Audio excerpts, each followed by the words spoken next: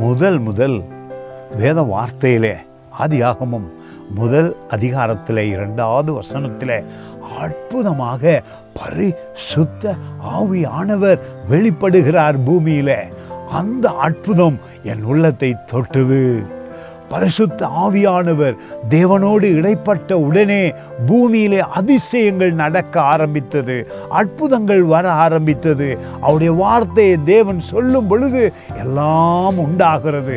அதே ஆசீர்வாதம் உங்களுக்கும் நன்மையை உங்களுக்குள் உண்டாக்க, உங்கள் குடும்பங்களில் உண்டாக்க, உங்கள் தொழிலில் உண்டாக்க பரிசுத்த ஆவியானவர் உங்களுக்குள் இருக்கிறார். பாருங்கள் இந்த வார்த்தையை.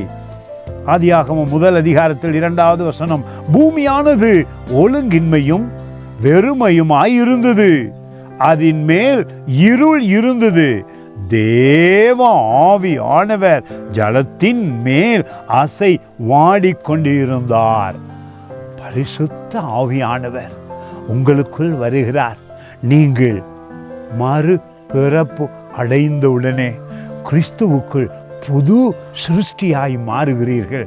அப்பொழுது இயேசு கிறிஸ்துடைய வாக்குத்தத்தத்தின்படி அவருடைய பரிசுத்த ஆவியானவர் உங்கள் ஆவியிலே வந்து தங்குகிறார். அவர் தங்கின உடனே உங்கள் வாழ்க்கையின் தேவைகள் எதுவாக இருந்தாலும் அற்புதமாக சந்திக்கப்படுகிறது. இந்த நாளிலே பரிசுத்த ஆவியானவரை நேசித்து அவரோடு உறவாய் இருந்து அவரை மகிமைப்படுத்தி உங்கள் தேவைகளை சந்திக்க முடியும். அற்புதங்கள் நடக்க ஆரம்பிக்கும். அற்புதமான பரிசுத்த ஆவியானவரை உங்களுக்கும் எனக்கும் இயேசு கிறிஸ்து கொடுத்திருக்கிறார். எனவே எங்கள் தேவைகளை இலகுவாக, எங்களுக்கு என்ன தேவை அற்புதமாய் நடக்கும், அதிசயமாய் நடக்கும். அந்த தேவைகள் எல்லாவற்றையும் பரிசுத்த ஆவிக்குள்ளே இந்த நாளிலே பெற்றுக்கொள்ளுவோம். God bless you. Praise Garden Ministries, Norton Bridge, Sri Lanka.